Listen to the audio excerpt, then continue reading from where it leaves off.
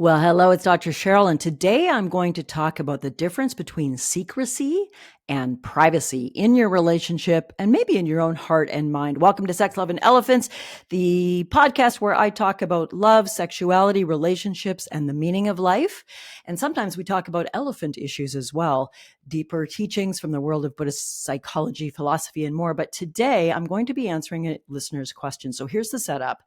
Janine writes in, Dear Dr. Cheryl, I have a problem with my sweetie. He wants to know everything I'm thinking. And while I love our deep, meaningful conversations, and while I love sharing my inner life with him, it can feel kind of intrusive. I'm a pretty open person. I got nothing to hide. I don't have a passcode on my phone. He's welcome to look at it when he wants to. But it feels like if I have private thoughts, he feels like it's a betrayal. What should I do? Am I crazy? Is he crazy? Or are we both crazy? All right. So larger teaching here. I really like to talk about this concept of privacy versus secrecy. And now let's just keep this real. No one can know anyone's entire inner soul. And frankly, if we could, that would be boring. One of the beautiful things I teach the couples I work with, and my sweetheart and I do on a reasonably frequent basis, once a month or so anyway, is we ask each other interesting questions. What do I mean by that? Well, your partner is vast. They contain multitudes. Thank you, Walt Whitman. We can often get bored in our relationship, bored with our partner, bored with ourselves, and make the common and wildly incorrect conclusion that our partner's boring. We've heard that story before. We know what there is to know about them. We know they like sushi with the sesame seeds, not with the little Tabiko orange eggs on them. We know that they won't eat an egg if the inside is still runny, the yellow's still runny. I won't either. They need to be cooked hard. We know that when they were a kid, they were really good at basketball, and then they broke their ankle so badly that it brought that dream to a halt, and they still mourn it sometimes.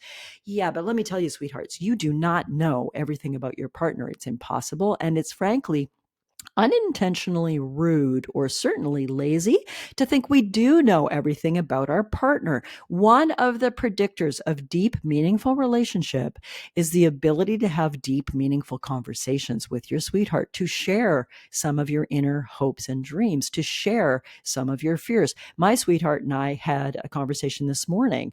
He's going through a medical situation that has him off work for a while. It's unclear when his problem is fixed. It's a structural problem. He'll need a pretty scary surgery.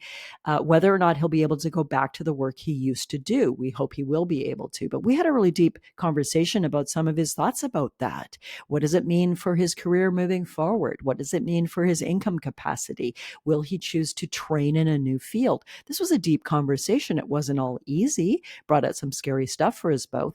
But if he had not been sharing that with me, and he's not always the world's best at sharing things with me. I need to invite him to coax him to, sometimes maybe kind of with tongue in cheek, bully him into.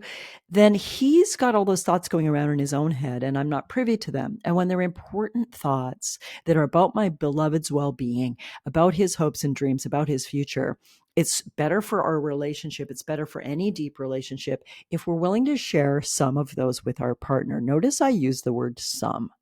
Let's come back to Janice's situation where she's feeling intruded upon by her partner's need almost, or demand, maybe excessive need to know what's going on in her heart and mind.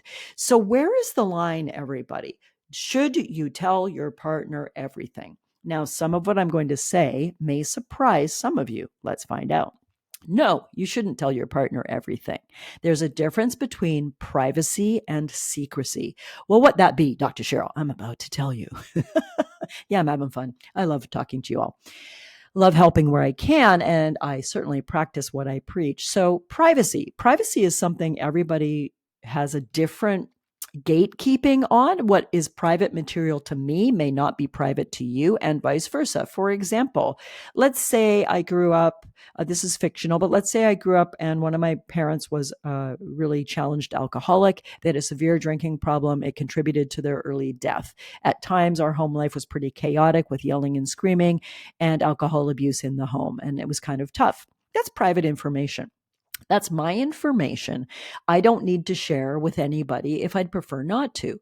I'm a fairly transparent person, though. So, in a deep friendship, in a trusted friendship, and certainly in my deep emotional relationship with my partner, my lover, my chosen romantic partner, I would personally choose to share that information.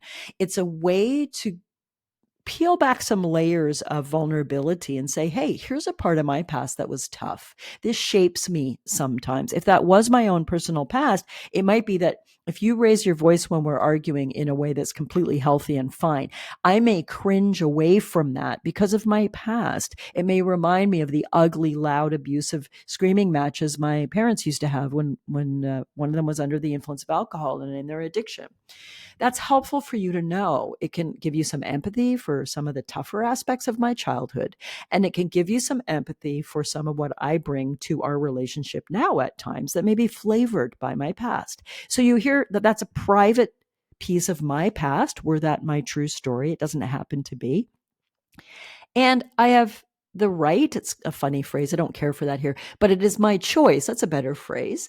I have the choice whom I'm going to share private parts of myself with. Sexuality in my body, that's a private part of who I am. I choose who to share that with and so on. So when we're in a deep relationship, and moving forward for this podcast today, we're going to talk about our love relationship. So in your romantic sexual relationship, but a lot of what I'm going to say also will apply to the boundaries you may choose to have with close friends and family members around privacy versus secrecy. Your partner, Janice, wants to know everything that's in your head and on your phone and all the things. Some of that can be a healthy need. I've got a very deep and healthy need and a requirement and a joy to learn what's going on for my partner, to be part of his journey, to witness it, to cheer him on, to hold him when it's rotten, like right now around the cervical spine injury nonsense. It's really kind of a problem. It's a real drag. I want to know when he's feeling a bit frustrated by it, a bit worried about the future, because I can support him. I can love him. I can be his partner the way he is so beautifully for me. So to share private information with people we choose to trust and let into our trust circle is a beautiful thing. Now, in a relationship with someone else, our lover, secrecy is a different thing. Let me talk more about secrecy, and then I'm going to pull this together for y'all. So secrecy is where I have private information that if you knew about it would potentially impact you in a negative way. And I'm choosing not to tell you when you have the right to know. It is fair and proper for you to know this information because it impacts your life and it involves you in some important way. Let's go to the most obvious secret I might be holding from my romantic partner that I would put forward from my view and training as a psychologist, sex therapist, couples expert, etc., is if I've had an affair, if I've had an emotional affair and a sexual affair. What do I mean by that? Very briefly, emotional affair. I meet someone, I'm interested in them, they're interested in me. Neither of us may think of it as romantic at all in the beginning, but we start really talking. We start sharing our private chosen information. We talk about our childhoods, our hopes and dreams. Maybe we talk about the problems in our own relationships. That's a pink, if not a very red flag. I'll circle back to that in a minute. And we're talking about intimate things. We're becoming closer, more vulnerable, closer, more vulnerable. And I don't tell my partner about this new friend. That's a secret. That's me keeping a private piece of information. You see, these are really close neighbors that I have this new friend at work or at the ball game or whatever. And we're talking really deeply about intimate and important things, maybe zero sexual. So I can convince myself it's innocent, but it can be deemed an emotional affair if I'm sharing deeply with someone other than my primary romantic partner.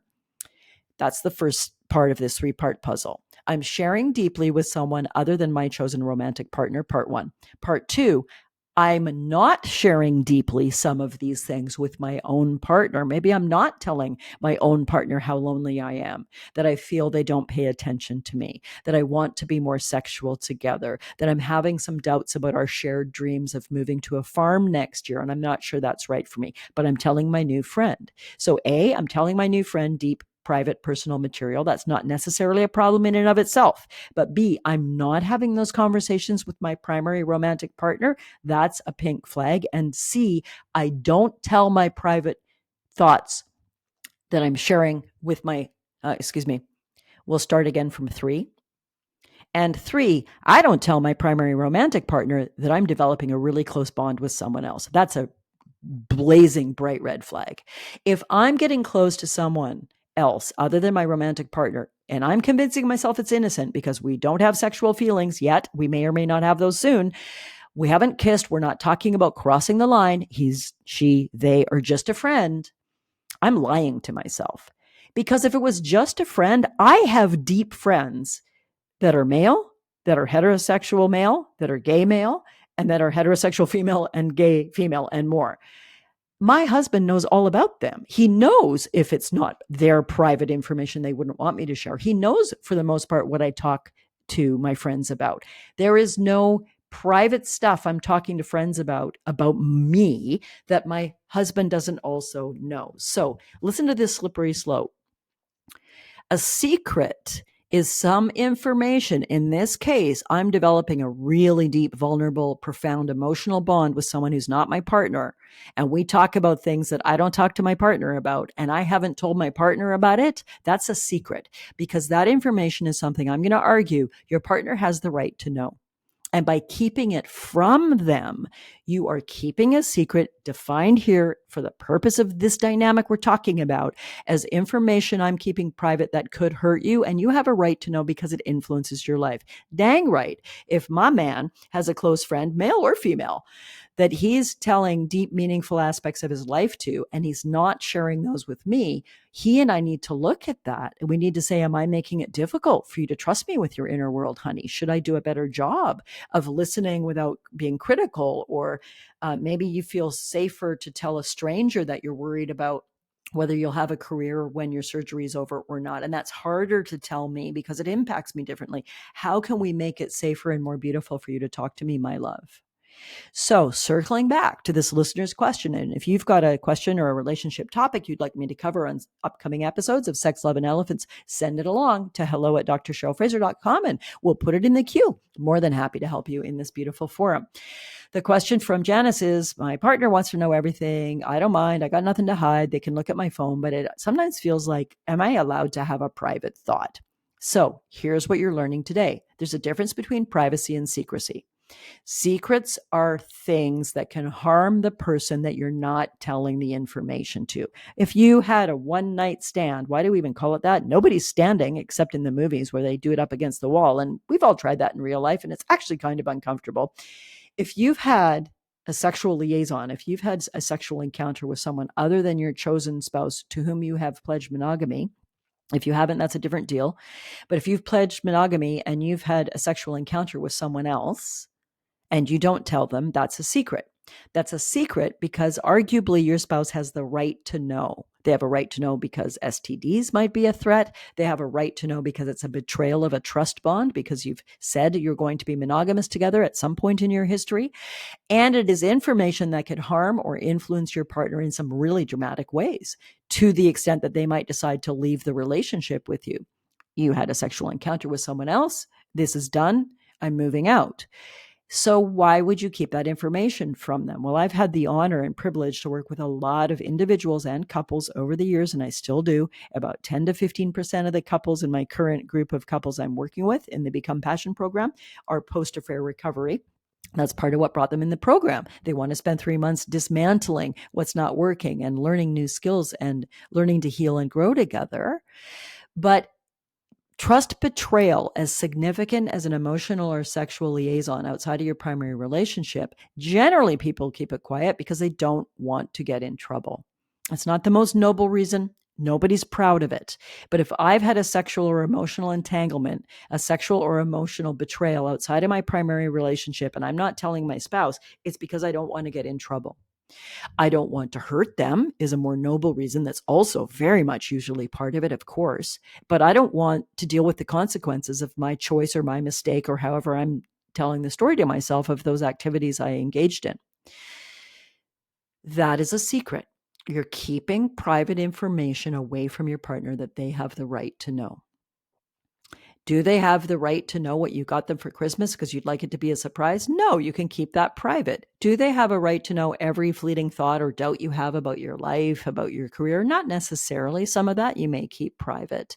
There's no one rule for where my privacy fence is and where your privacy fence is. Some of us might be very open and transparent and find it very easeful and even strength building to share our inner world, including our crunchy bits, as I call them, the things we're most ashamed of, the most difficult things in our life, the things we've done we deeply regret. To share those with another is a profound act of vulnerability, and it can strengthen your relationship. But to Janice's question about her partner that wants to know everything, first of all, I don't know your partner's psychology or history or anything else, but I'm going to hypothesize not about your partner, but in general, in a dynamic where one partner wants to know everything, quote unquote, often that person is in about the 30 to 35% of human beings, male, female, gay or straight, trans, who have a primary attachment style, which is called insecure attachment. And it's not your fault. It can evolve through infancy and through your toddlerhood, through early childhood events, even if you had terrific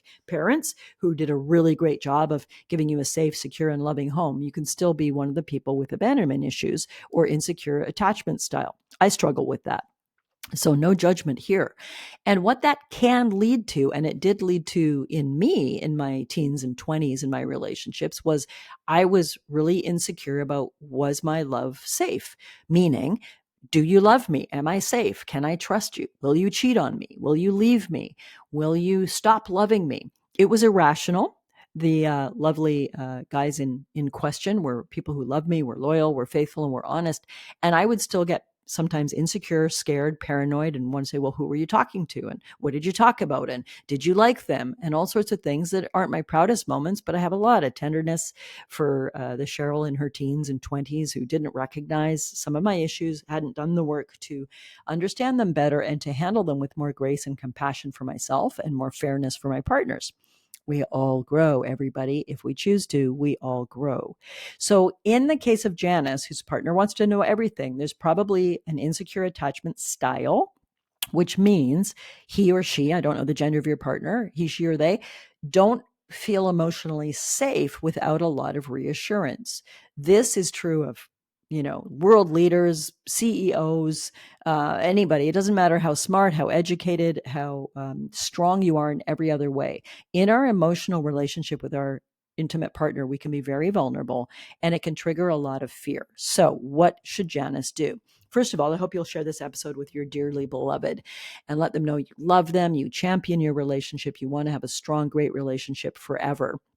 And it's time for the two of you to have some conversations about secrecy versus privacy and set some ground rules for the two of you. There are times when having your phone available and not having a passcode on it is an act of kindness so that your partner knows that there's nothing to hide. There's other times where that can be a control and manipulation by the partner that says, I don't trust you. I need to see your phone whenever I want. That's not okay. That's not healthy and that's not cool. But when I work with some couples post-affair, for example, as part of what I call a safety plan, an emotional safety plan.